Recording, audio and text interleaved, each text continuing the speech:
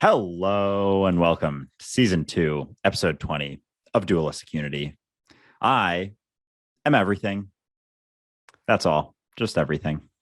And I can't compete with that, so I'm not even going to try to be anything at all. Works for me. And you, the listener, you are creating us as part of your reality right now, and we are deeply grateful for you being here.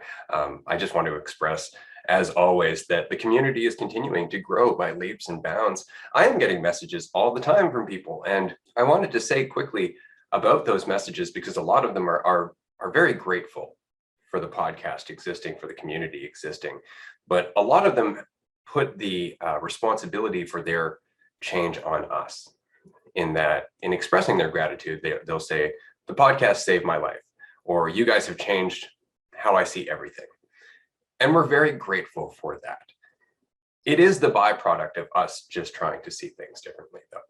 And anything that you're getting from that is completely on you. You get all the credit for what you're getting out of this podcast. And don't get me wrong, we are grateful for the compliments and we are grateful for the notes of appreciation, but we just want to remind you, you're doing the work. You are the source of the ripple. And we are very grateful for that, because without you, there would be nothing. Yeah, it's people should not take it lightly how, I don't know if it's how much it takes or just how much of an impact you have on your ability to resonate with this podcast. I come across so many people who I'll start even saying something relatively shallow and they'll deny it or resist it or just write me off very quickly. So if any of this resonates with you in any way, shape, or form, that's you. That's not us. As much as we enjoy talking about it and figuring out ways to try and bridge gaps in recognitions, like if you're not willing to hear it, if you're not in a place where it can resonate, it won't. So if it resonates for you, you are in a place where it can resonate. And that has nothing to do with us. It has everything to do with you. And the changes that are made in your life, if you see improvements in your life and you think it's because of the podcast, maybe we helped you recognize some things within yourself, but you recognize those things. You changed yourself. You were able to see things in such a way so that you were able to make those shifts. And we're just happy to be here along your journey as much as you are here along our journey. And it's one journey at the end of the day. So I'm just happy to be a part of any of it.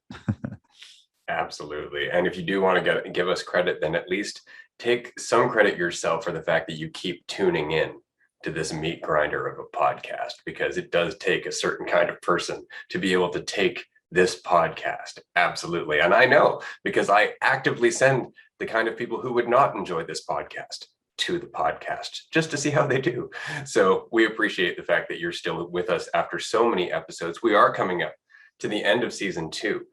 This is going to be our second last episode for season 2. And so I just wanted to say that if you haven't joined us as yet on Discord or on Patreon, please do so. A lot of our community does gather in those two places to communicate back and forth, to discuss their own successes and their own insights and their challenges. So if you're looking for people to talk to, in addition to listening to this podcast, that is definitely the place to go. But in season 3, which is going to be coming up in the summer, we have a lot more in store. We have the NFTs, which are coming, the DAO, which of course we talked about at the beginning of season 2. But more importantly, we also have a workshop, Beyond Belief, which is coming up in July. That's going to be just fantastic. I do encourage you to get your tickets for that as soon as you can at dualisticunity.com. Seating is limited. And of course, the latest development, which we talked about at the end of the last episode, and I want to bring up now because I'm so excited about it. We are having our first Dualistic Unity retreat. It's happening. The place is booked. The date is booked. Everything is set to go. The first tickets have been sold. And so if you are interested in joining Andrew and I in November for 8 days in Port Alberni, British Columbia, at a 4,500 plus square foot lodge with 7 bedrooms and 9 bathrooms and a hot tub and a heated outdoor pool and an outdoor barbecue. There's a pool table. We're right outside a beautiful river and right next door to a provincial park. It's going to be just gorgeous, and we're going to have a great time. Yeah, that's going to be fucking awesome. that week. I'm just couldn't be more excited for that. And it's funny because I don't know. I guess with the retreat, like that was not something I realized was going to happen so quickly with this. And as much as we have to limit our ability, like our capacity to communicate with everyone to a degree, like for example, we both offer one-on-ones and we have to charge people for it, because if if we were offering them for free, it would just be ridiculously overwhelming. So there has to be price points for it. But that week there's no additional costs. We're just going to be chilling, smoking a little, having some fun, like just relaxing, having a good time, and willing to chat all day, every day with anyone about anything, basically. So it's like, if you've ever wanted to talk to us one-on-one, there's no better place to do it than on Vancouver Island on a retreat where it's a bunch of like-minded people who have recognized the same things you have, or at least come close or are on the path in a way, as we all are. But yeah, it's just going to be an incredible time, and I couldn't be more excited for it. Likewise, it's going to be a first for me to have that many people aware that they are the same awareness in one house for that long. It's going to be insightful, to say the least. And so if you're interested in joining us, I was going to say this earlier, you have to join us on Patreon first, because the tickets are only available to Patreon supporters, which is actually really simple. It's for $5 a month. You can subscribe to Patreon and you'll get updates as we lead up to the retreat. Of course, if you get a ticket to the retreat, we will contact you back and forth as we plan meals. We are going to be having gourmet meals. Likewise, we're going to have a classical guitarist come in and play for 2 performances during that week for 3 hours at a time, which is going to be fantastic. Group yoga. And of course, we have a mobile massage therapist who will be dropping by the lodge as well. So if you want to get a massage while you're there, that can also happen. Yeah, gonna be amazing. We're gonna talk about it every week until we get there, probably even after the tickets are booked, just to say how excited we are, which I don't know, you guys probably won't like hearing about if you missed out and wanted to get on. But we're going to be offering more retreats too. I think it's going to be the first of many, but this one's going to be pretty incredible. And yeah, it would be cool if we could do it like a twice a year thing, 3 times a year thing, different locations around the world, because our audience is global. So, and I think everyone would be down to, meet up somewhere abroad in a cool location. And, and for this one too, it's like, we're pretty much offering it as cheaply as we could. We're not taking off the top, it's not like we're just making a boatload and this is like a cash cow for us. It's like, we just want to have a good time and allow as many people that can come close to affording it being able to afford it, because that's the more important part. Like, as we've said so many times, like, we're not in this to become incredibly wealthy. Like, we've recognized that we are not this limited character. And when you recognize that, there's no reason to just hoard for it, because as much as our entire society is driven by that mentality, we see it so many times that it doesn't lead to peace and freedom. And it's like, the story of Jesus when the rich man asked if he could enter the kingdom of heaven while being rich. And I don't remember the exact words, but it was something like, it'll be a lot more difficult if you're super rich, because you're clinging to that idea and holding a lot for yourself, and sort of hoarding that is only reinforcing that sense of identity. And that sense of identity is always going to be the root of your suffering. It's always going to exacerbate that suffering, that idea that you are something separate from anything, that you are a character that is limited in any way. And it will not only exacerbate your suffering, but it will limit your infinite potential, that infinite potential that is available when you don't have any ideas of yourself, even the positive ideas. And we talked about this, I don't know if it was the last episode or the episode before, but any idea you keep and hold on to about yourself is limiting, because anything is limited relative to infinite potential. So that idea of yourself is what there's just so many limitations and so many things about it that exacerbate your suffering. And even this weekend, there was a situation where I was out and I went to a happy hour 2 days ago, and I ended up like it was interesting because usually when I go to these, there was an open bar and I'll just have like, I'm not having like 10 drinks. I'll have like a drink or two or something. Just it's almost like a societal norm to have a drink when they're available. But when I got there, I saw someone I knew. So I immediately started chatting with them and then started talking to some other people. And before I knew it, I was there for like an hour and a half and hadn't even had a chance to get over to the bar. And then I was like, I don't need that. And it was funny to kind of like realize that in the moment. And then so later in the night, it turned into like kind of a crazy night because the people who were running it were getting dinner after, and I happened to be talking to them towards the end, and they were like, "You want to come to dinner with us?" And I was like, yeah, sure.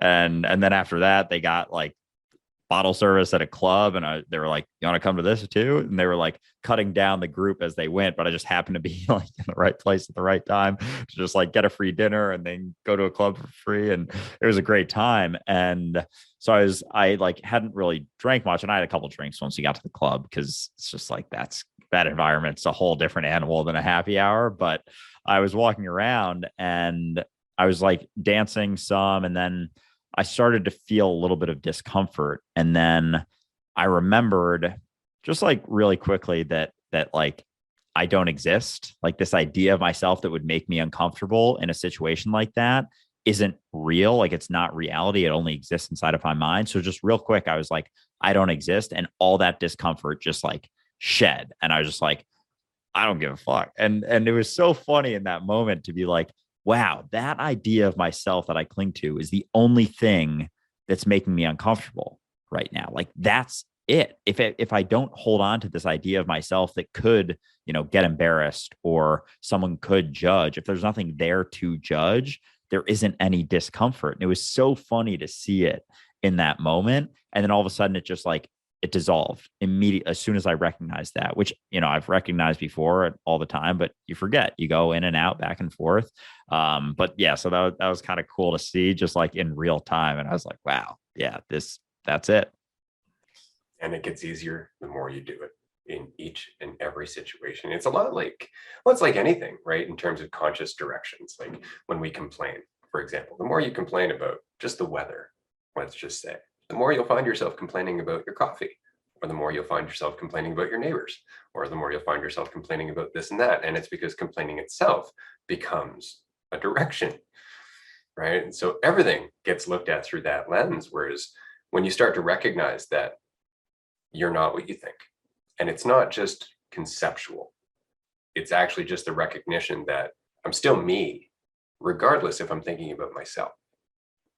Right. And in that recognition, you recognize that the me that you are is everything. And so it's funny because what you experienced was being nothing, everything, as we discussed back in earlier in season 2 with Suzanne. But it's not just conceptual, right? It's not the abandonment of the me self, right? Because that doesn't make sense. You're still there. You're just not an idea. So there's no stop. There's no brakes. There's no governor on the flow. You are just the flow, right? And that's the applicability that so many spiritual practices and so many philosophies miss, which is why when we first started talking very early, I gave you that quote that philosophy is the disease for which it should be the cure. Right? And it's because we have the conversation for the point of understanding, but then we get addicted to the conversation and the person we are having it. And that's why you'll find a lot of people get stuck on that intellectual level where everything is just being clever instead of just letting go. So yeah, no, it's fun when you can see it in real time. And again, the more you do it, the easier it gets. You can do it in every situation. Doesn't matter if it's a new job or if it's a date or if you're moving to a new city. You just let go of yourself and remarkable things happen. Yeah, I've noticed that more and more in just so many different situations where you feel limited or you feel uncomfortable, and then just the split second recognition that there is nothing that could be hindered. There's nothing that could be disturbed or broken or knocked down or any of that. Like there's nothing there to be hurt when you stop identifying with that idea, with that concept. And it's funny with philosophy and even like the non-duality, like it can become such a concept. And I try and when I talk to people about it, just reinforce that, like, the present moment, non-duality, it's not a concept. It's not just something you recognize and can talk about. And like, you become a non-duality expert. It's like, that's the most oxymoronic statement ever, because it's the same thing Ray was just saying about philosophy. Like if someone says, I'm a non-duality expert, it's like, okay, then where are you? If you recognize that there is no division between anything, then there's no you to be divided from anything as a concept that could be labeled as an expert. Obviously, there is the experience of you that you're having, speaking to me in a conversation. If we were having a conversation, I'm not saying that, but the idea, the concept, the thing that could be knocked down or judged, that doesn't exist. That's not an actual thing that exists. That is an illusion. And so to think that you could be a non-duality expert is just reinforcing the thing that you're so sure that you're an expert about, or the thing that you think you're an expert about. You're reinforcing the illusion that you'd be an expert about recognizing. It's like that sort of, it's fascinating, because if you label yourself as an expert or a master or a teacher or a guru, that's an identity. That is identifying as something separate. So it's just the most ironic, oxymoronic statement ever to think that you could be even like a spiritual guru or an expert, like any of those things. They're pointing to the truth that there is no division, that everything is, if you see that everything is one, even in the book, I haven't read it, but the book, The Law of One, I've seen people make some videos about it. It's like, you can't recognize that everything is one and truly recognize it and then concretely identify as something, because there are no identities in the recognition that there is pure unity and everything is one. So if you get it, there's nothing left to be enlightened. There's nothing left to be an expert about if you really get it. Yeah, exactly. Because it's just what it is, and you are just what you are. And that's something that's so important to remember when you are looking at people who take the label guru or take the label ascended master, which is something I've run across now a few times, somebody actually calling themselves an ascended master. That's immediately telling you there's a ceiling there. There's a limit that person is comfortable with, and they're comfortable with it for a reason. And what that reason is, you don't probably want to know, because ultimately it's comfort and familiarity at the end of the day, and they will have reasons for that, as we all do. And this is ultimately the challenge of the journey, is to continue moving on, to continue questioning yourself, to continue to have insights and see beyond the comfortable and the familiar, but not to identify with how far along the journey you've gone, to not actually feel more valuable as a result of seeing more of your value. And that's very much the trick, is that you have always had the same value. All that you're becoming aware of is how vast that value is, exactly what it is, right? And the more you get out of your way, the more you start to embody it. And that's the fun part. That's why we always talk about limitless potential being our default state when we are not thinking about ourselves and creating a box that we're trapped by.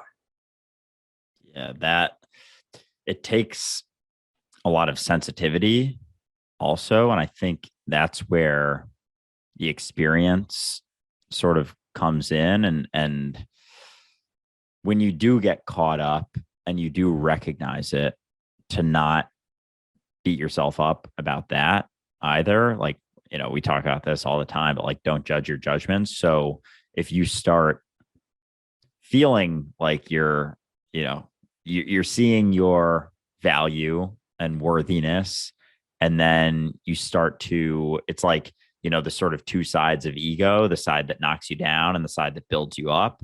Like, you might start that side of the ego getting built up, and then you might start to see some consequences of it. And in order to not experience the consequences of the side of the ego that knocks you down, you can't cling to the side that builds you up. And I think that's that's the aspect of it that people don't talk about, because a lot of people who go through this and then who are okay being labeled as a guru or a master, they that side that side of the ego that starts to get built up, that's the identity where it helps you to feel good. They start experiencing that and they're like, "Ooh, I kind of like that." But you can't have both. You can't have the built up side and not the tear down side. Like, as you expand from the recognition that like you can let it go and you're kind of like in this middle space,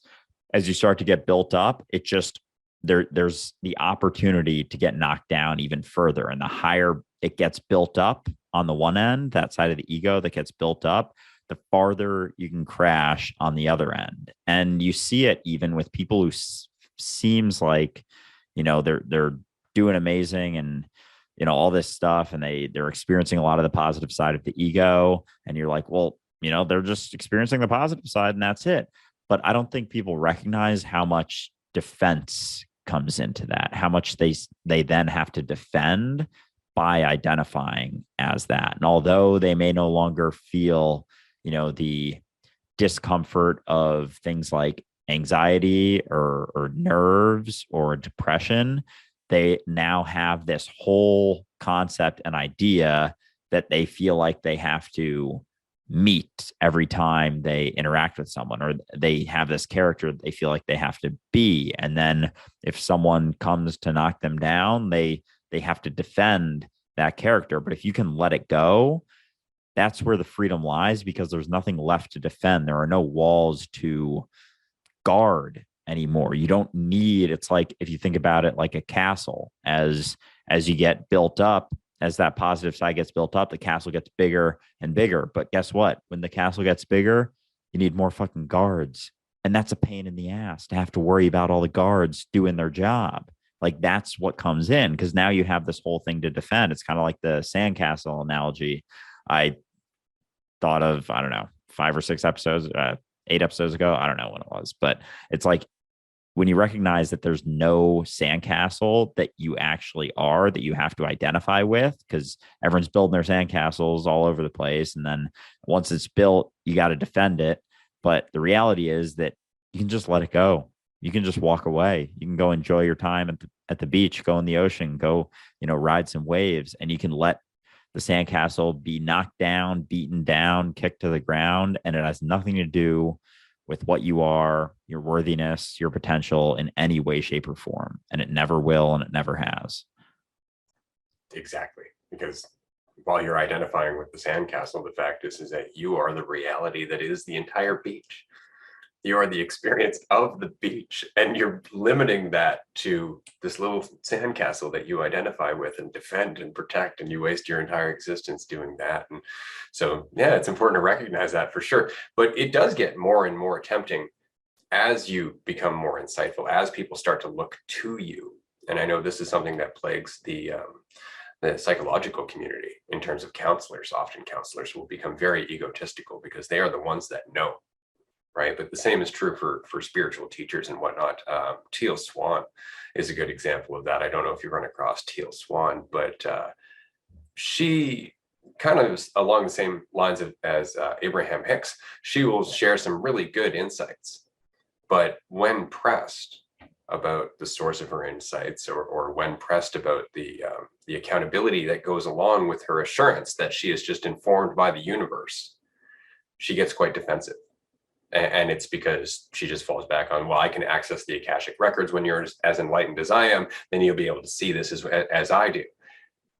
And that is a problem for me, because the excuse, well, when you're as enlightened as me, you'll be able to see this clearly. has been used by each and every con man throughout history. If you just understood things like I do, you would trust me. So just trust me.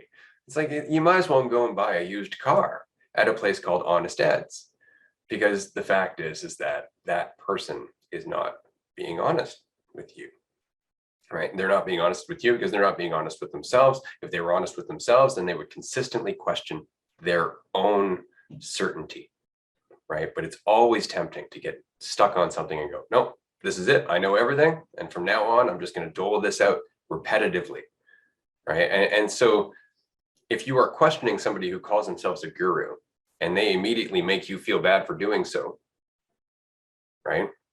And again, I want to stipulate, if you're doing so in good faith, if you're not going to that person and deliberately trying to make them look like a fraud, but if you are going with an honest intention of just questioning them and seeing where they're coming from, because sometimes people will communicate things that sound like hocus pocus. But when you question them a bit further, you see that there is actually depth to what they're saying. They're just packaging it up in a way that unfortunately leads to misinterpretation.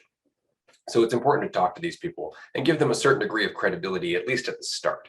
But if you do so, and you are going there with a good intention, and they immediately become defensive about even being questioned, that is something you want to watch out for, not just in that person, but in yourself, because it is something that we all have the capacity to do. This is something I'm always saying about everyone I ever meet. Everybody's a cautionary tale. Everybody is an example of roads that we can take, of decisions we can make, of ways that we can look at ourselves. And they're also an example of the consequences of doing so. But when we're so caught up in thinking about ourselves, we can't see what the consequences are for other people who are dwelling on themselves as well.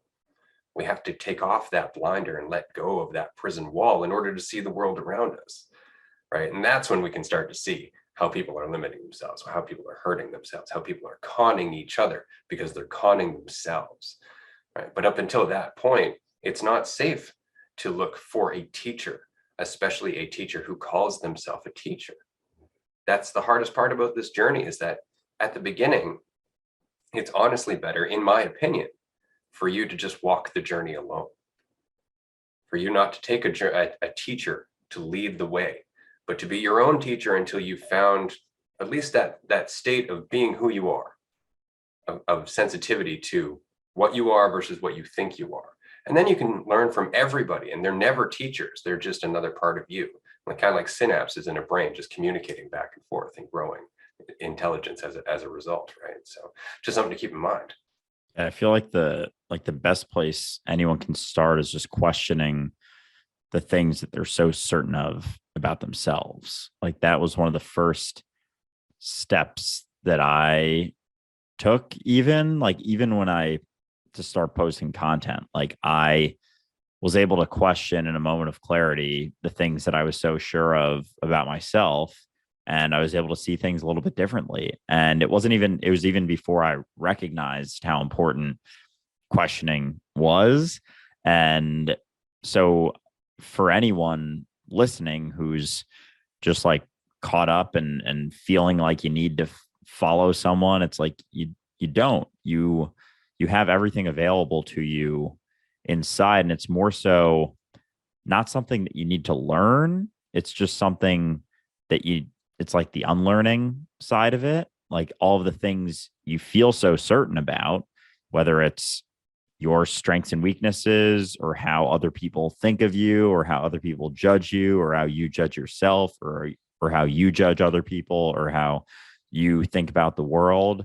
Like all of those things, whatever you think they are, none of them are the truth. So if you can start to recognize that, and you begin to question things, starting with yourself, just like the ideas about yourself that you cling to, that you're so sure of, as you start to question those and start to realize that none of them are the truth, you begin to see things a little more clearly. It's like, the fog, it's like you've been looking through a foggy window your whole life, full of your personal experiences and judgments and perceptions.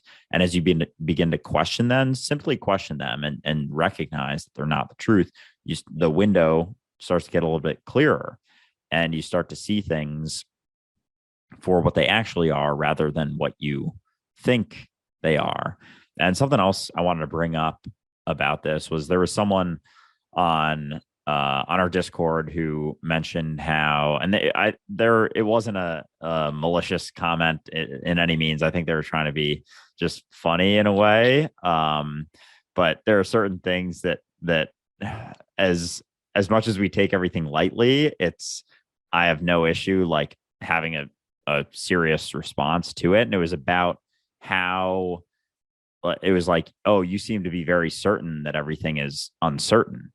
And I was like, first of all, people say that, or it's something like the recognition that there's nothing to get, like there isn't anything you have to know. And then people will be like, well, you seem very sure about that. You seem to know that there's nothing to know. And it's like, all right, first of all, we can go down this paradoxical rabbit hole for literally eternity if you want to.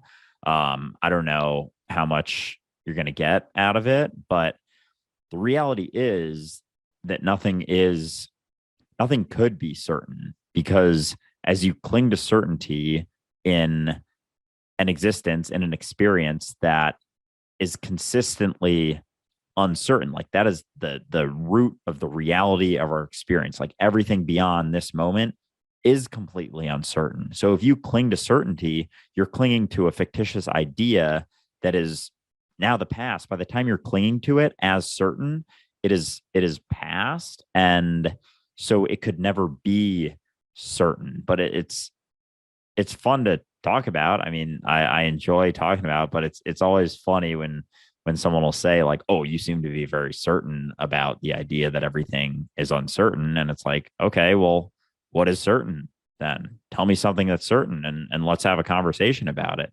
But to come at me and just say, oh, you seem to be very certain, is like, all right, are you trying to get anywhere with this, or are you just trying to, put me in a corner and like prove me wrong in some way? I am trying to be clever. And that's pretty much it, because I'm not giving your argument the same credibility that I would like you to give mine. Right. And that's basically why the argument doesn't go anywhere. It's also the reason that Socrates was killed, right? Because he was saying, in knowing that I know nothing, I know more than you do.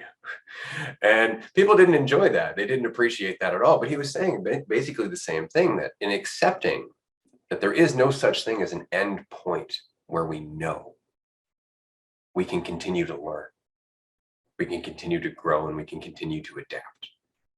And even the present moment that we're in isn't certain, because you might be aware of what's happening in the room you're in.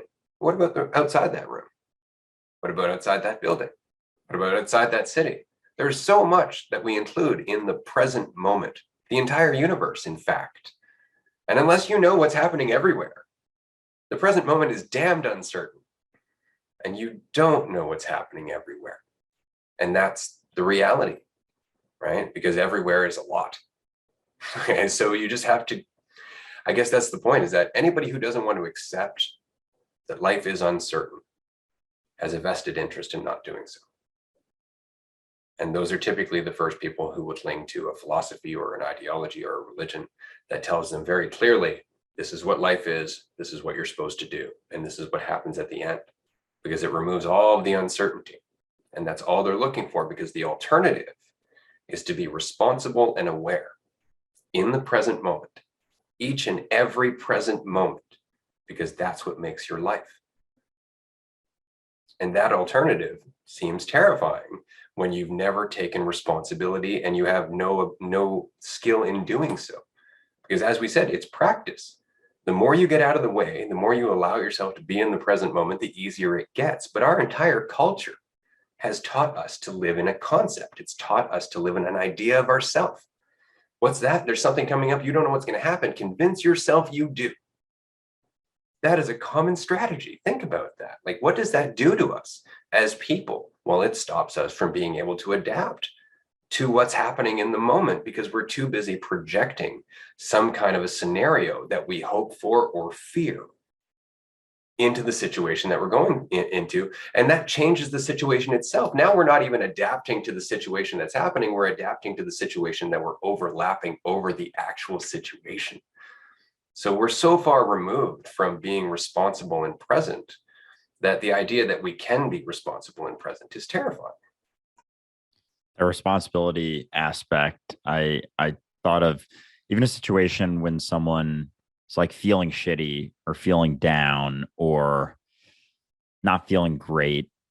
A lot of times we want to blame it on something else. And while it may be true that someone acted in a certain way that led you to feel that way internally, it's still you feeling that internally. And it's still you sort of clinging to that.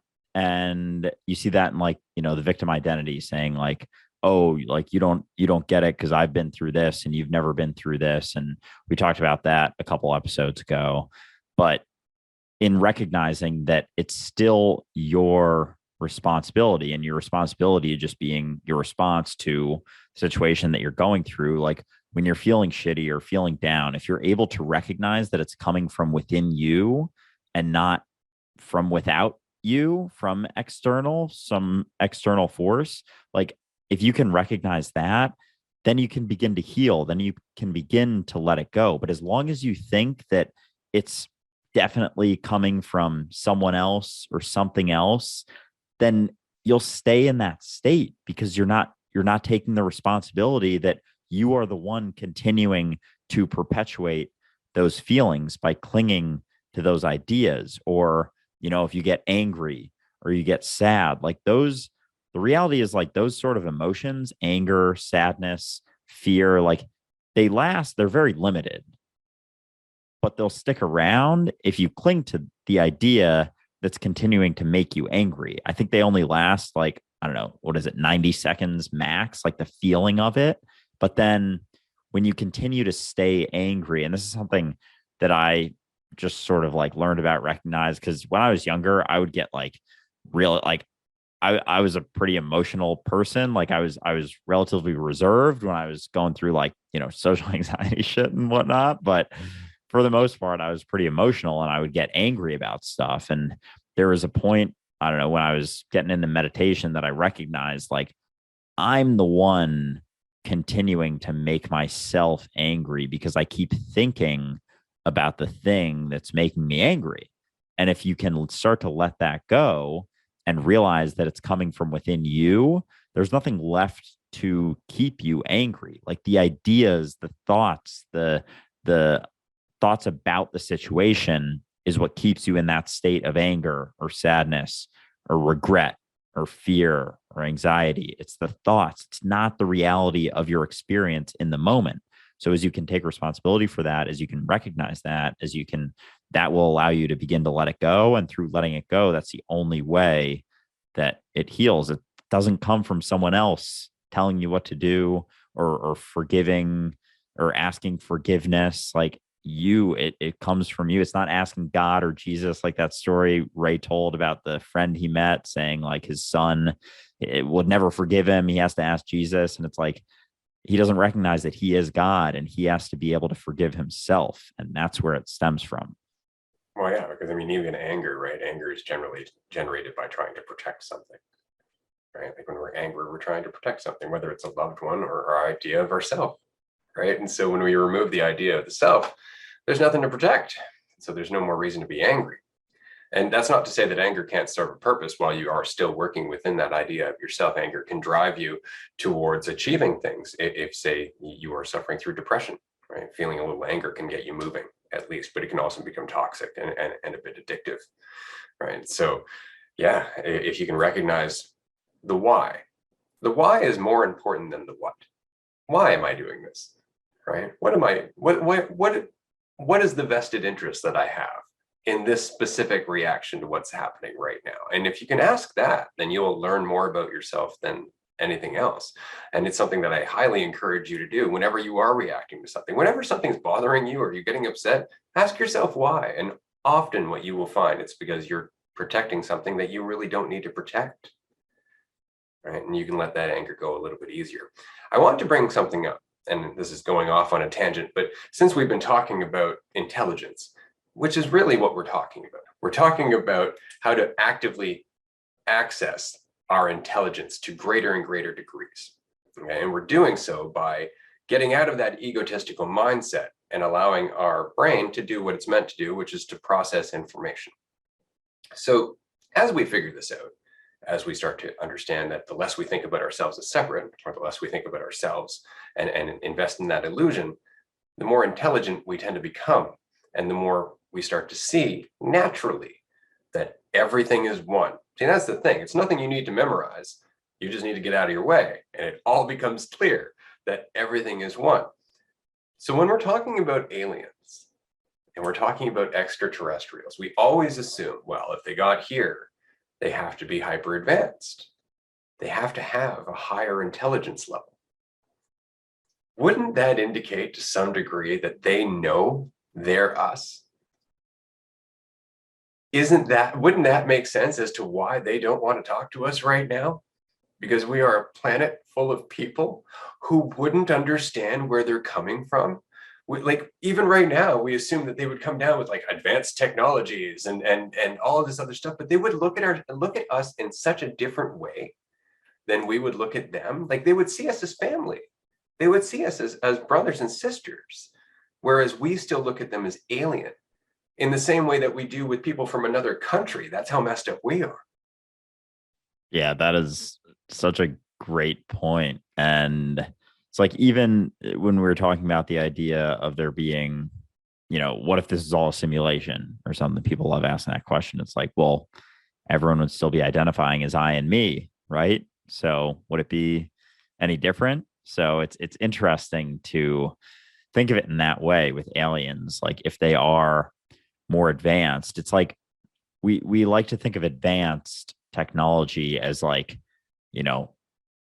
artificial intelligence and holograms and, time travel and all of that. But it's funny how when you begin to recognize more clearly that you're not this limited idea, that you're not this character, those things, the ideas of time travel or telepathy begin to get a lot more obvious why they could be, not necessarily time travel, but like telepathy. Or I mean, with time travel, it's like recognizing that time doesn't actually exist. So I don't know, people just get so caught up in all of those ideas. But we think about higher intelligence as being able to have cooler gadgets. And I think all it is, and I think the movie Lucy shows that in such a powerful way, that as you begin to let go of the idea of what you think you are,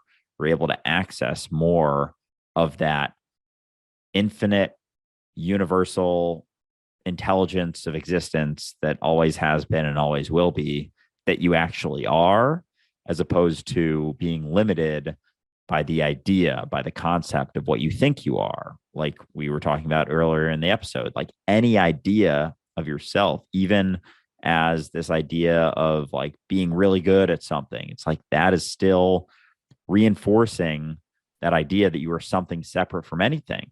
And so it's interesting thinking about extraterrestrials or aliens as being this more intelligent species. But when you start to see intelligence in a different way than the collective sort of mentality, as something that is just a deeper access to what you truly are, as opposed to like, computers and gadgets and holograms and all that stuff, it's like it would make sense that they would want nothing to do with us in our current mentality as this idea of something that is incredibly separate. And even labeling them as aliens, it's like they don't see us as aliens, they see us as existence, just another localized perspective of existence that is not separate from anything.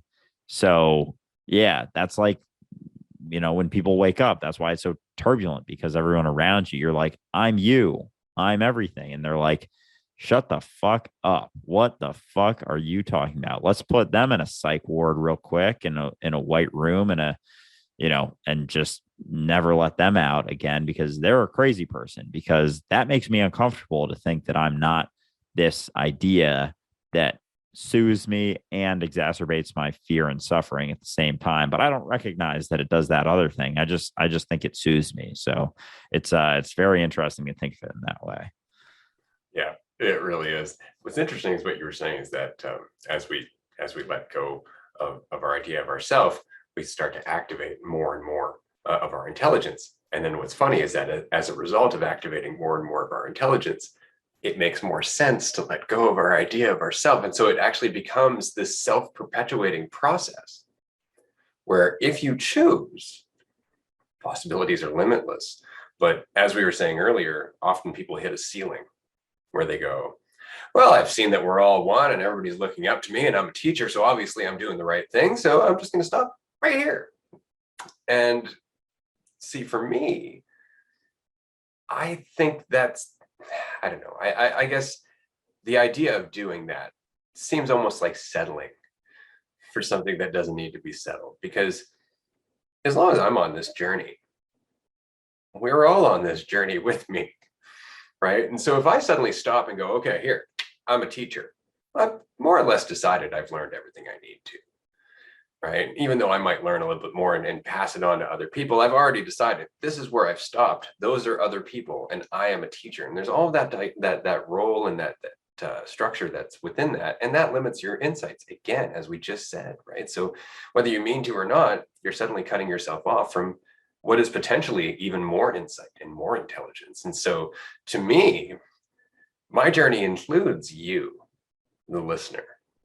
Right? There is no place I want to stop. I just want to keep continuing on. And as I'm doing so, I'm meeting you and Andrew and everybody in our community, and you're all going through your own things. And the fact is that had I stopped 10 years ago to be a life coach or a teacher, this conversation wouldn't be happening because I wouldn't be going down this road. And who's to say where that's going to go? Who's to say what's possible for all of us as we continue to question and don't settle for just some egotistical superior high that's only going to be short-lived, right? What's possible and what can we see? And I think personally that if I was, well, and I am, but if I was speaking for an alien race who was hoping humanity would wake up, kind of in the same way that we hope people going through an addiction will find their way to health, then this entire conversation that we're having right now would be something I would be very happy about.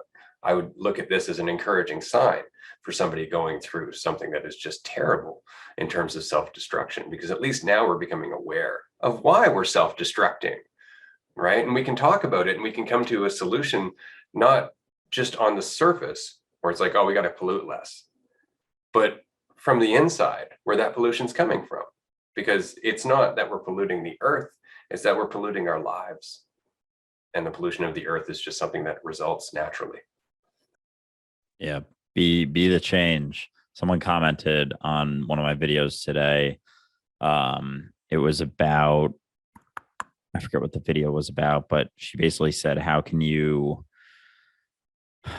think this way and not, or it was about worry and the recognition that, you don't know what's actually good or bad. You don't know what the best case scenario is for your situation. So when you recognize that, like, there's nothing really left to worry about.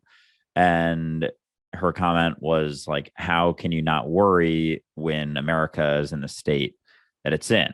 And like, what do you do? Or like, how can you, help, but also feel so helpless at the same time? And my response was along the lines of, be the change. Like, you are America, you are the world. And people typically drastically overestimate the impact they can make outside, quote unquote, outside of themselves, and drastically underestimate the changes and impact they can make, quote unquote, inside themselves, because there is no inside and outside. That's why I'm putting them in quotes. But so it's also a lot easier to think about how you can make changes on the outside, and a lot more difficult to look within and recognize that there are some changes left to be made, maybe on the inside, or some things to be let go of. And so if you want America to be more peaceful or if you want the world to be more peaceful, be more peaceful. If you want people to be nicer, like be nicer, because we so often for example, in the name of peace, we have war. And it's like, what, like, do we really think like war is going to lead to peace? Like, that's so ironic to think that. And so at the end of the day, it's like, you know, be that change. And in my experience, as like I've gotten caught up in wanting to change people's mindsets or help people to see things differently. But as you try and force change, it almost always leads to the opposite. It's not to say that you shouldn't, rock boats or go against the grain in certain things, but to expect someone to change and to get caught up and like frustrated in yourself if someone isn't changing is like, it doesn't lead to anything. If anything, it's going to push them farther away from you and resent you more. And as they begin to see you embody it, they're going to be less likely to notice it because they're going to have this idea of you built up that like, oh, I don't like that person. I'm not going to recognize as many things within them. So like it usually only makes things worse when you try and force people to change. So that was more or less, it was only like a couple comments we had, but that was more or less our back and forth. And yeah, she said like she recognizes that she just struggles, with especially having children and whatnot. And I think it still comes back to being that change because your children are going to soak up a lot more of you than you probably recognize. So if you are embodying this state of unity and peace and awareness and all of that, they're going to learn a lot more from that than you probably think through that embodiment, as opposed to trying to force their environment to change outside of you. That's a good point. And in an ideal world, I would agree with you. But I will say that right now, I think that that's harder than we would like it to be. And what I mean is that, like for my own kid, for example, Celeste, there have been points along her development where I have actually had to throttle back the unity a little bit in order for her to be able to learn the skills to deal with her friends who were not part of that mentality, right? Because had she continued to exist in just we're all one, there's no reason to compete, nothing like that, she had no context for the games that they were playing in her life. She had no way of understanding what they were trying to do with her in terms of manipulation or influence, because she didn't think that way. And so there was a period where I actually backed off and allowed her to go through all of that, right? Let her get a little competitive, let her get a little insecure, let her go back and forth with her friends, get a little bit clingy, and then learn from that and all of that, because we have to learn from that. That's the society that we're growing up in. Like to some degree, our job as parents is almost to emulate the world that our kids are going to be going out into before they do. Right? That's very much how I look at my role as a parent, is that I am the representative of the reality that my kid is going to be born into or is going to grow up into. That's my job, is to teach her what's coming, right? As well as teach her how she can learn from it, right? So to some degree, I absolutely agree with you. The more you can get out of your own way, the more your kid's going to learn. But on the other hand, they also have to learn to get in their own way. Which means that sometimes when you're getting in your own way, letting them watch you do that, not being perfect, but then letting them watch you work your way out of that is so much more informative for them than just denying it ever happens. Because I know parents who do that when they only ever show their kids when they're not concerned. They always put a smile on their face, even when there's stress in their life. And at some point, your kid's going to feel that. They're going to feel that you're keeping this from them, that you're not communicating who you are and what you're experiencing. And that doesn't mean you have to lay out, the nature of the bills and how bad things are, because they don't have that context. But you can at least be honest in that you are going through it, that you are experiencing some anxiety and some worry. And then you can talk about why, right? But if you're always trying to, just be one and unity all the time, it's important to remember that the people around you aren't going to learn from that very easily, which is why, as we said at the beginning, it's so important not to be a guru. It's so important not to be up on some plateau, but to be down, in the shit with everybody else, because at least then they can relate to you, they can learn from you, they can empathize with you. And there's so much more that happens there.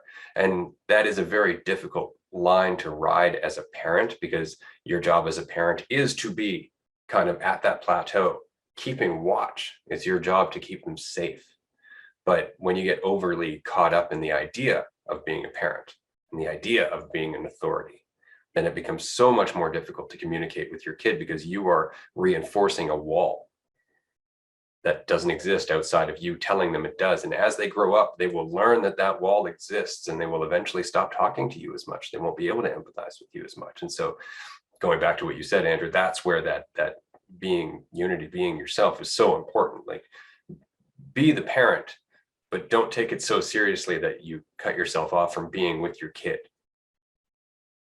That's awesome. That's really well said. I think a lot of people are going to really resonate with that as parents, because obviously that's not a role as much as it isn't a role. Like, it is, obviously there's tons of experiences that go with that. I think also it seemed to me like, as important as it is to recognize that you are a parent, it's also important to not solely identify with that idea of being a parent, because there's so much that comes with that. And because I don't have kids, but with followers, like, I've always recognized the importance of being open and honest about things, and being able to let my guard down and make a video where I'm saying, like, I feel like shit this week. I'm going through stuff. I'm taking, my views and my likes and all this bullshit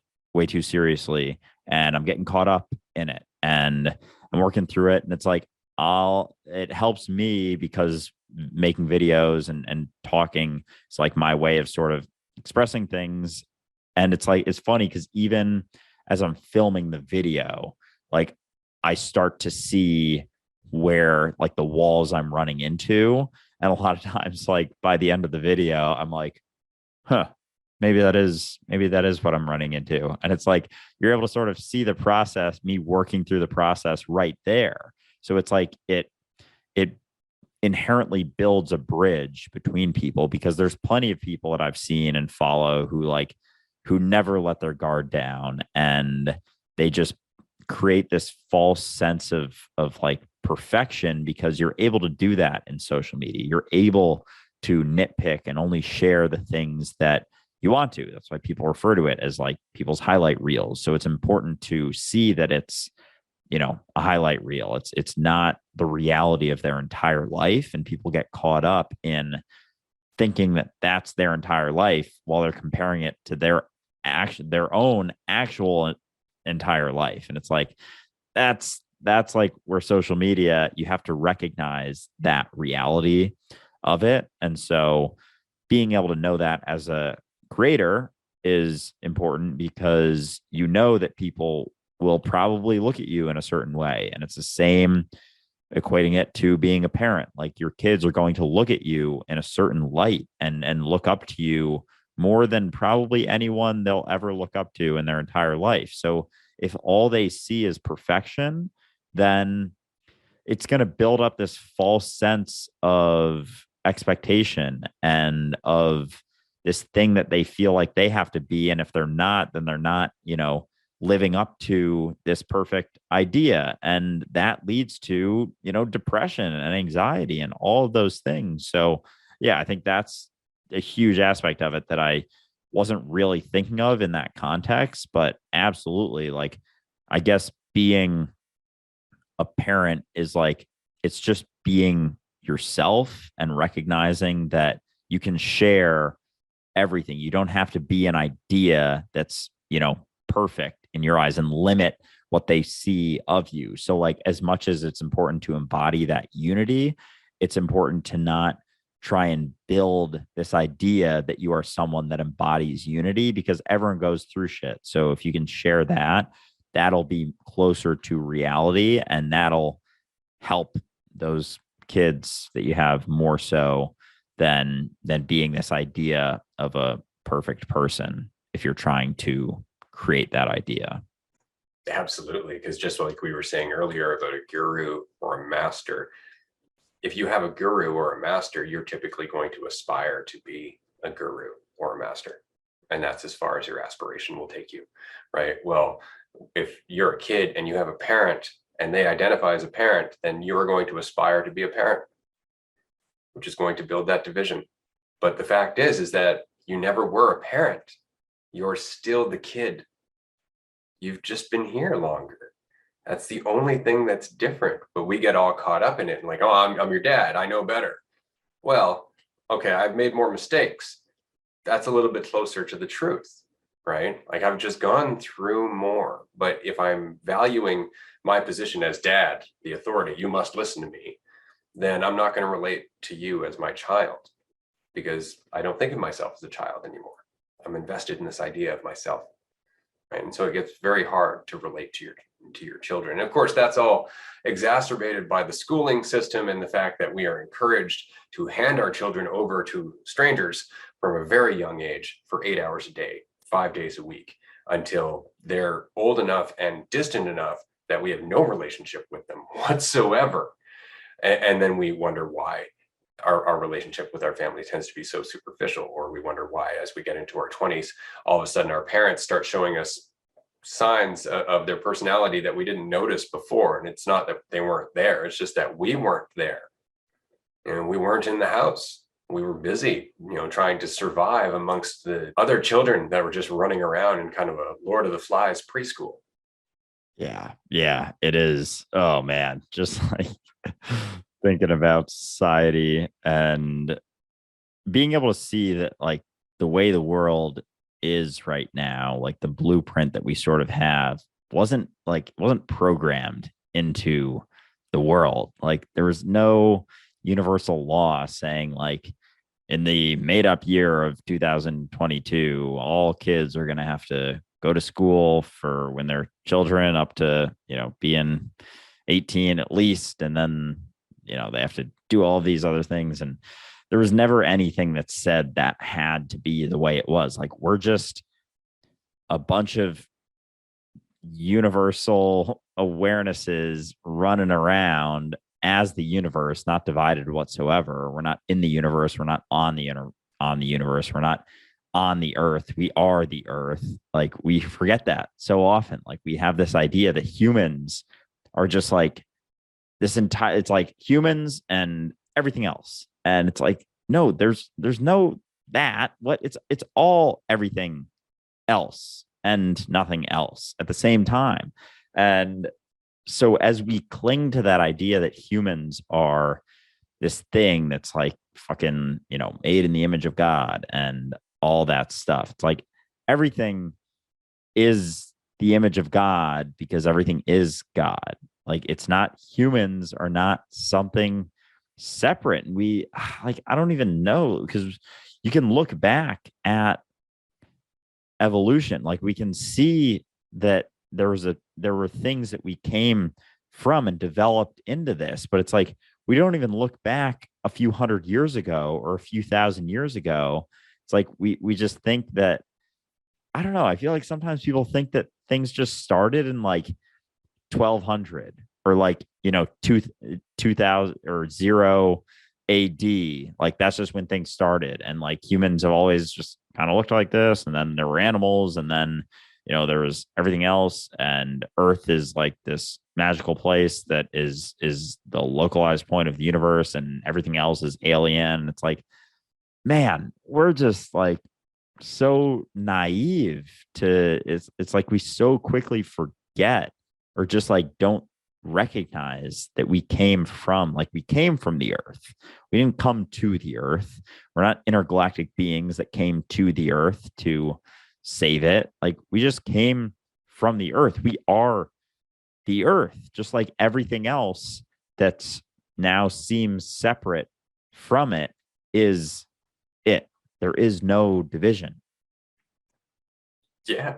You have to understand, I have actually had conversations with people who have told me that dinosaur bones exist to test their faith in God, because they were fundamentalist Christians who believed the earth was 6,000 years old and had been created in 7 days.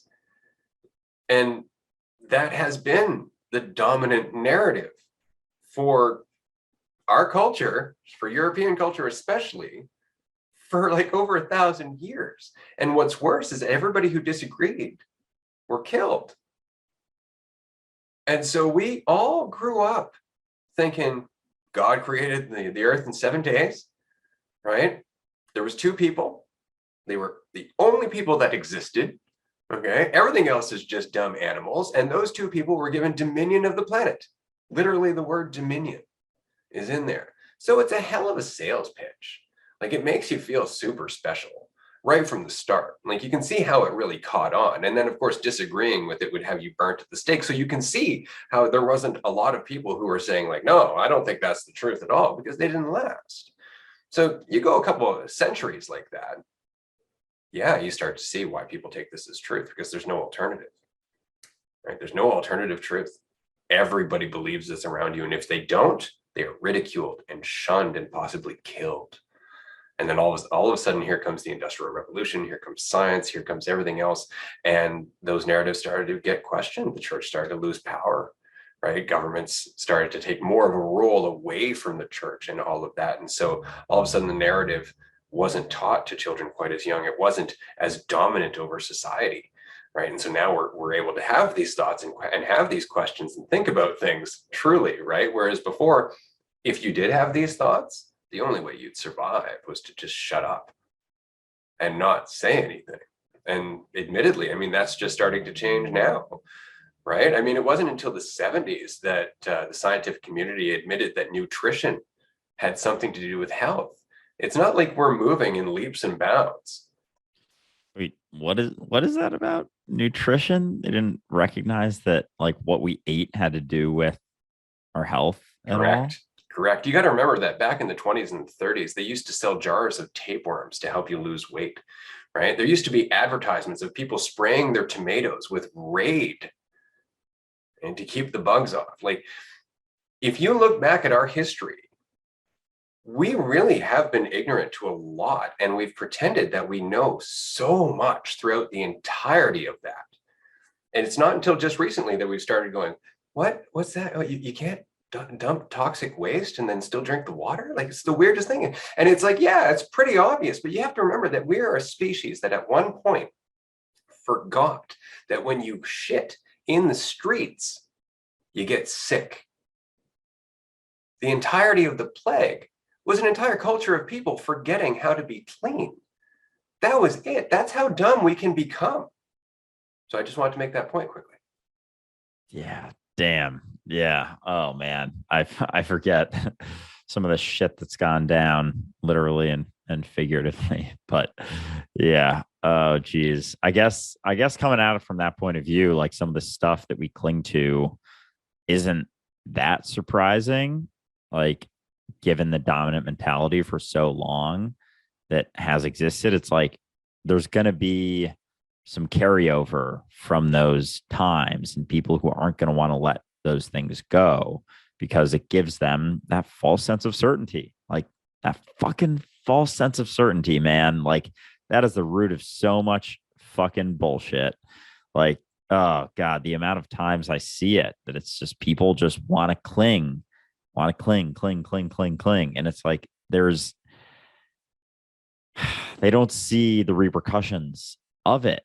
They just don't. Like, they think that it's how they will benefit and have a good life. And as long as they cling, just so long as they cling, they'll have a good life. And even it's so fascinating with like hardcore Christians, like, a lot of their belief is just if they accept Jesus as their Lord and Savior, they'll go to heaven.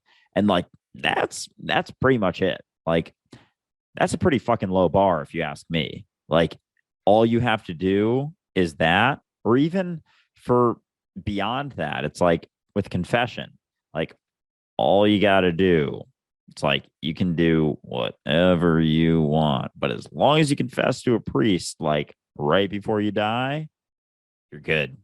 You're totally chilling. You could have murdered a million people, but as long as you confess, God will forgive.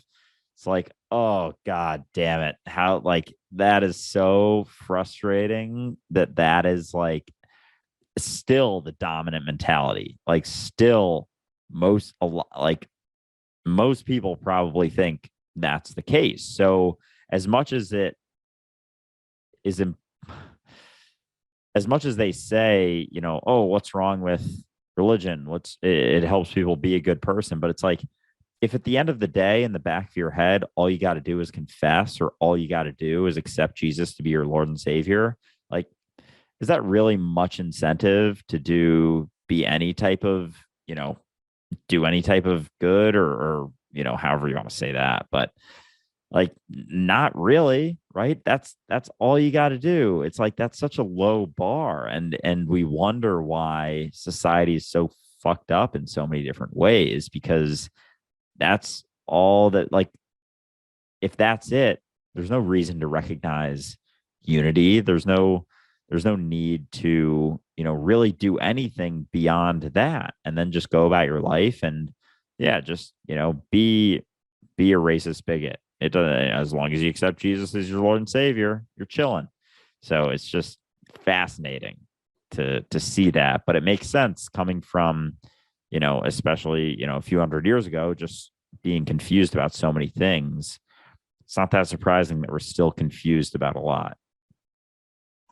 No, it's not. And at least we're making progress, right? Like that's very much how I look at it. But I look at that in the most stark terms possible. Like you really have to look at what we mean by the nature of progress. And I know I'm not going to make any friends for the statement I'm about to make, but slavery at one point for humanity was a step up. What we used to do before slavery was just kill everyone en masse. So all of a sudden there was some recognition that some human lives had value. Unfortunately, it was value as a commodity, okay, which was still inhuman, but it was a step up. Imagine that. Okay? And then we stepped up beyond slavery, and now we've got the current system, which may not be called slavery, but it certainly feels like it when you're working and paying your bills and your taxes, and you don't get any say except every 4 years from politicians who are lying to you all the time. Like it's a totally different type of slavery. Let's just put it that way, with a few more comforts and a little less whip, right? But we are moving up. We are progressing slowly, right? Even the advent of democracy was an improvement, right? The creation of the Magna Carta in the 1200s was an improvement. This was people saying we have rights, as opposed to before when the monarchy basically said, no, might makes right, and we have all the swords. Right. And so when you look at humanity's history, you see progress. But then when you look at the last month of your life, it doesn't necessarily feel like it, because we're still dealing with this administration, or we're still dealing with Russia, or we're still dealing with the pandemic, or we're still dealing with. But the fact is that on a very long timeline, this is just a blip, right? There's a lot of change that happens throughout all of this, and it's circular. But it's also important to remember, as above, so below, right? Like just like somebody hitting rock bottom crawls their way out of it until they find that clarity. That's very much what we're doing collectively. The problem is that we haven't, or maybe we have. Maybe that's why we're having this podcast. Maybe that's where this discussion is coming from. We're coming to a point collectively where that insight's coming to the surface, where we're going, that's what I keep doing. That's putting me in the hole. That's what I keep investing in. That's not working, right? But because we are one very large brain, right? It takes time for that mind to change. But it's kind of funny. Maybe this podcast is evidence of that mind changing. I'm with you.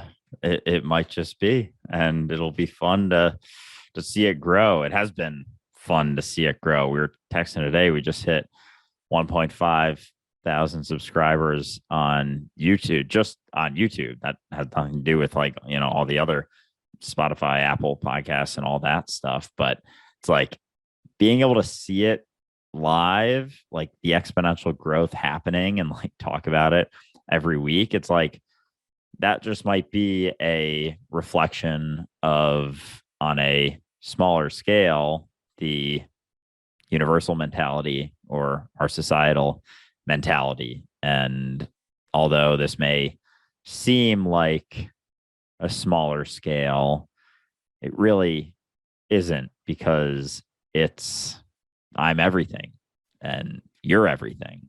And so there are no scales that are relative to the whole if it's all the whole and there is no division. So really, it is the collective mentality shifting as we talk about the collective mentality shifting and talk about everything that we do on this podcast. And so as this grows, the collective mentality, it is a stark,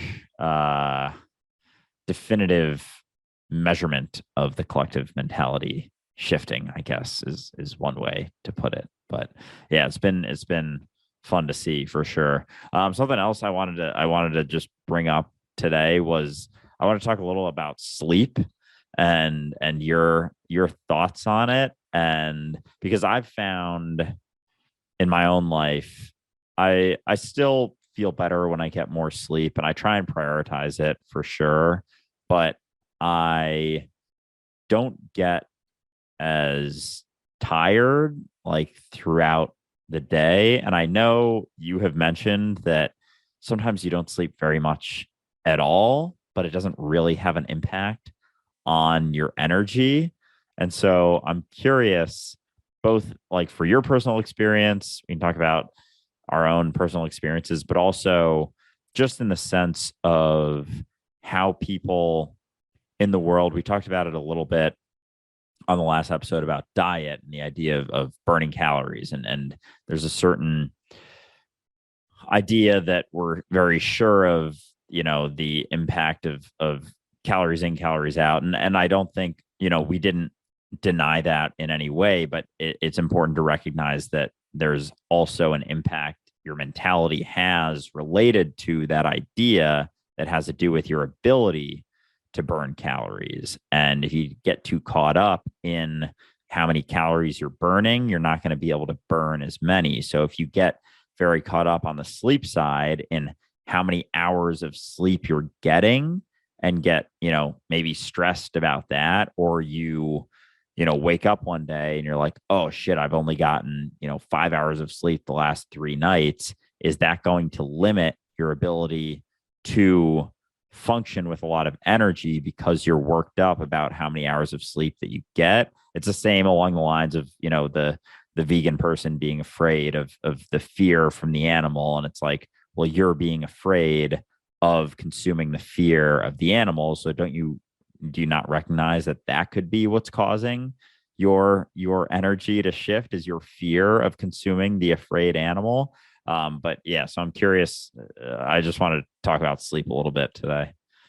Sure. Well, I mean, it's like with everything, I always go back to the natural order, I guess you would say. So I always think about humanity before technology and convenience for the biological thing that we are and that we evolved into. And if you think of it that way, then just like diet, when we were tribal and we had to hunt for our food, and when we had to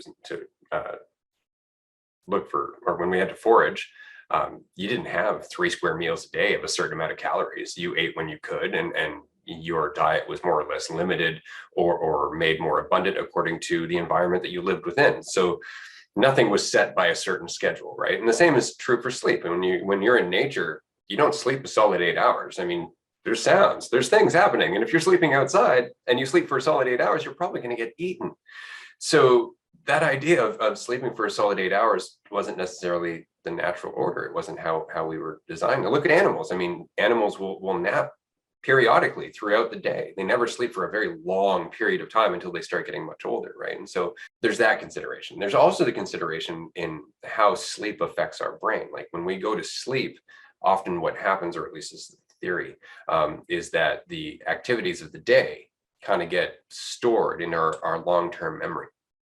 And so our brain is basically functioning to a capacity where it's able to do that, where for some reason it's not doing that during the day, which is funny because your brain activity when you're dreaming and your brain activity when you're awake are exactly the same, right? And so the real question is, well, why is my brain not processing long-term memory during the day? And I think it's ultimately because of how absorbed I am in my ego.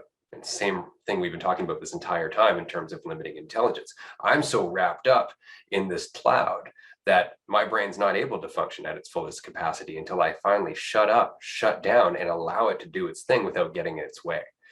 Right. And so all of a sudden there's my brain trying to churn out all these memories and process the entire day when it could have been doing it the whole time, or at least that's the theory. So that all in mind, over the years, what I've discovered more and more and more is that I need less and less sleep in general. And that while sleep is important for your physical health, because your body does need to rest, that is true. From a conscious perspective, the fact is that you can push past fatigue consciously, right? You can get to a point where you're not dragging yourself back with illusions. You're not holding yourself back with weight that's unnecessary. And so even tired, you will find that second wind, or that third wind, as it's called, right? Like you will find that burst of energy. And it's because there's nothing stopping you from doing so. But I know for me, often I'll sleep maybe 2-3 hours in a night, and then about halfway through the afternoon, I might have a half-hour nap, an hour nap, and then I'm good again till the end of the night. And then I'll sleep 2-3 hours, and then I'll have another nap for an hour the next day. And I'll just do that day to day until I hit the weekend or a Sunday night or something. And then maybe I'll crash out early and have a solid like 8-9 hours. But it's sporadic, and if there is certainly no schedule to it whatsoever. Damn, that is pretty incredible. Impressive. Incredible. Yeah. It's cool to hear. And I love talking about this stuff with you. And I know everyone loves listening to it because it's so different. Like we just make these assumptions about things, but everything is rooted in the collective mentality that we are definitely a human being separate from everything. And so that's going to inform all of the studies done, all of the research done, and everything that everyone thinks about. But it was interesting because I knew as you started explaining it that you were going to say, when you started saying the brain activity when you're sleeping and awake, it's like, well, then what's the difference? Why are you able to store those things? It's like, because you're so fucking caught up in your idea of yourself all day. When you're sleeping, you're not as caught up in that idea of yourself. And so that's pretty fascinating. And I also was thinking, like, with the idea of needing rest, it's like, what exactly do you need rest from? Could a lot of it be needing rest from defending and thinking about the idea of yourself? Could that actually be the main thing that you need rest from? And if you don't cling to that, and you don't hold on to that idea of yourself, or continue to defend that idea of yourself the whole time you're awake, which so many of us do, maybe you won't need quite so much sleep. And so maybe those people who are so caught up and so invested in that idea of themselves, oftentimes they deal with a lot of anxiety, depression, stress directly because of that idea of themselves, but also because they're giving their body zero rest while they're not sleeping. Could that be leading to that sort of vicious cycle of not being as well rested overall? So then maybe they need 8 hours because they get zero rest during the day, but they only get 5. So then they're not as well rested. Whereas if you can let go of that idea of yourself and not cling to it, not feel like you need to defend it or worry about how other people are perceiving it the whole time, maybe you only need a couple hours of sleep, and you're also getting the rest throughout the day. So in reality, when Ray says he gets 2 to 3 hours of sleep a night throughout 24 hours, he may get 20 hours of rest because he doesn't cling to that idea of himself the whole time. So it's like, that makes a lot more sense when you see it from that point of view. And this is a fascinating discussion that we're having right now, because I don't know if this aspect of sleep and rest and recovery and the need for rest has ever been discussed. I don't know if I've ever come across a sort of thing, because I listened to a podcast recently, and it was just, it was a, sleep expert, and he was talking about the impacts of caffeine and the impacts of sleep and REM cycles and all of those things. But it's all rooted in the mentality of division, of taking duality to be the truth. So as you get beyond that, it's like, and as you start to question, like, what exactly do you need rest from? Like, what is the rest just from being awake? Because a lot of people, especially now, like, don't exert very much energy throughout the day, physical energy. So could it be the mental, emotional energy that doesn't actually necessarily, like burn calories, but it's burning the mental brain energy capacity? So it's like, if that is the rest that we need rest from when we need this certain amount of sleep every night, could it be that letting that go would allow us to not need as much sleep? Fuck, that's so cool to think about. God damn. Yeah, well, this is it, right? Like, when we wake up in the morning, you'll notice that the amount of energy that we have is almost directly corresponding to how much of yesterday we bring with us when we wake up, right? If you don't think about yesterday when you first wake up, you feel fine, right? When you wake up, you're like, oh yeah, oh, I got to continue on. And the narrative suddenly comes back full in full force. All of that drains your energy. We also know that the brain is the most energy thirsty thing within your body. Like, your brain uses energy all the time, which is why it took so long for our brains to develop, was because our physiology had to change in order for the energy distribution within our organs and everything else to be more efficient and allow our brain to continue to expand over time, because it takes a lot of energy to run this thing, right? And so with all of that in mind, yeah, it makes total sense that we have this incredible machine that we have just bogged down with shit, and then we're just wondering, like, why isn't it working properly? But everything that we look at is through that fog. It's through that gunk that's clogging up the machine, right? And so we come up with strategies, but they're through that fog. Like, we create psychology, not understanding that we're creating psychology around an illusion.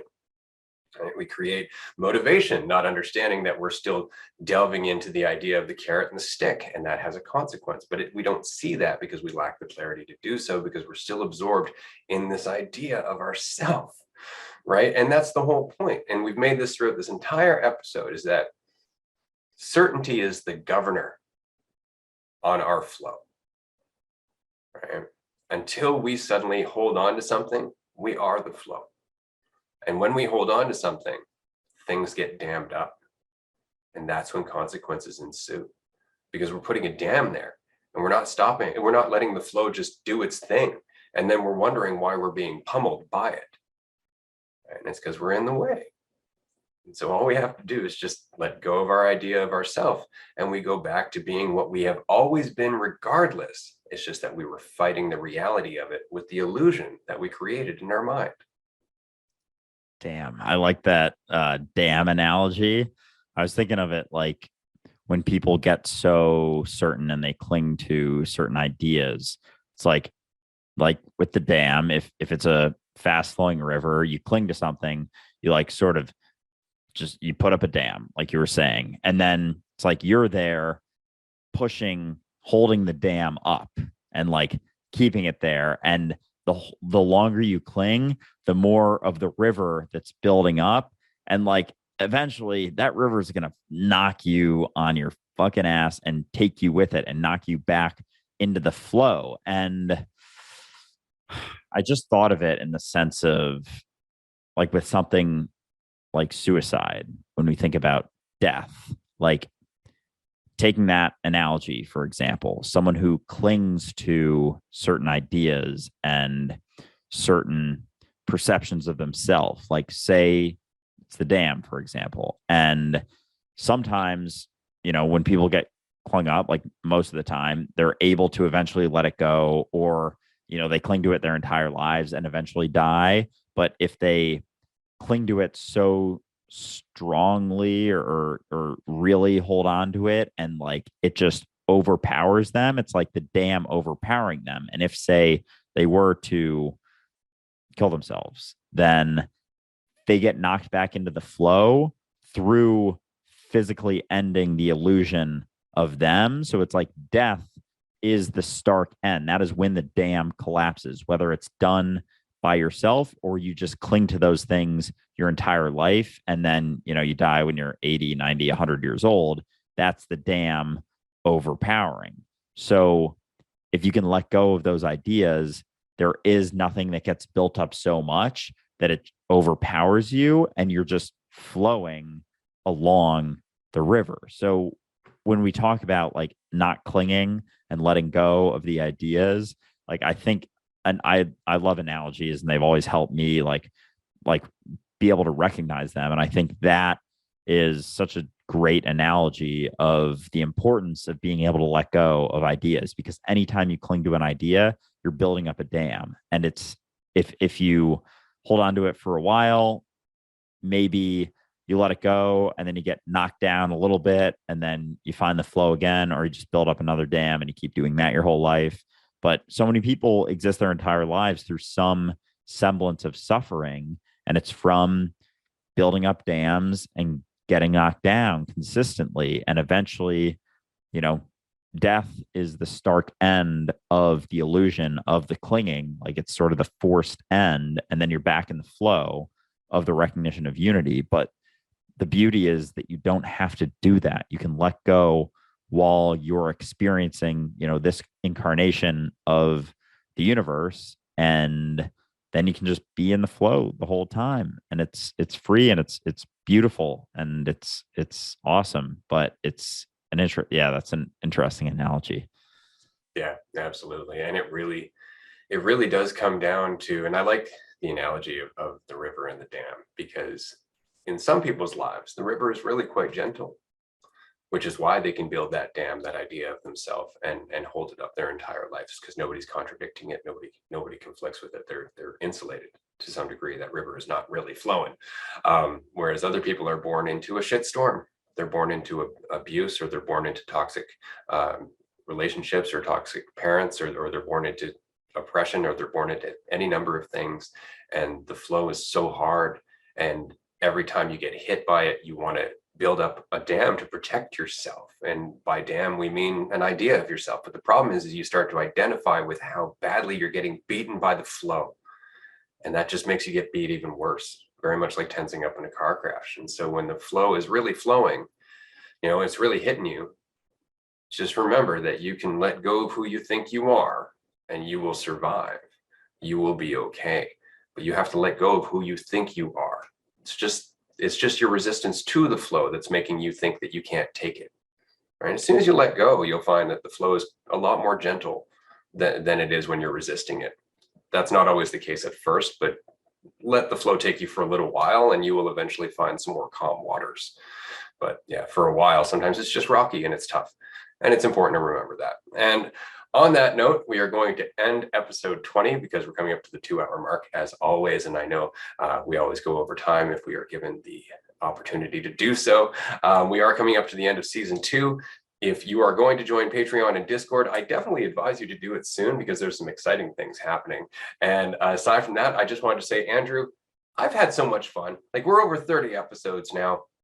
We've done like 4 or 5 roundtables. We've done a lot of live streams. And I just want to say that it's such a pleasure to be a part of this podcast, of this community, of this conversation, of your journey, of the journey of our listeners and the people who write in. And I just wanted to express my gratitude for everything I've been able to experience and be a part of over the last 8 months.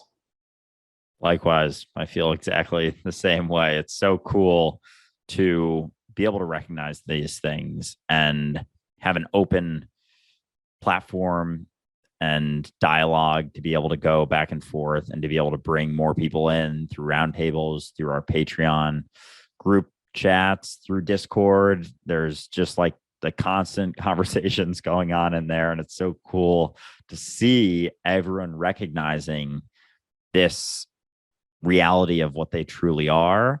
And I can't imagine going through this without someone to talk to about it. Like, holy shit, man. Like, props to you. But yeah, I'm very grateful for you and just the ability to have the conversation and everything going on around it. And I couldn't be more excited for what the future holds with all of it. Absolutely. And of course, the retreat, but we'll get back into that as we get into the summer. Thank you, everyone, for listening to episode 20 and following us all the way through these first 2 seasons. If you haven't checked out season 1, I definitely do recommend it because admittedly, some of our trippiest stuff is in season 1 for sure. Somebody recently left a comment saying that watching season 1 very much felt like a mushroom trip. So if that's any kind of a review, then I would say it's definitely worth watching. So thank you, everyone. We will see you next week for episode 21. All right. Bye, everyone.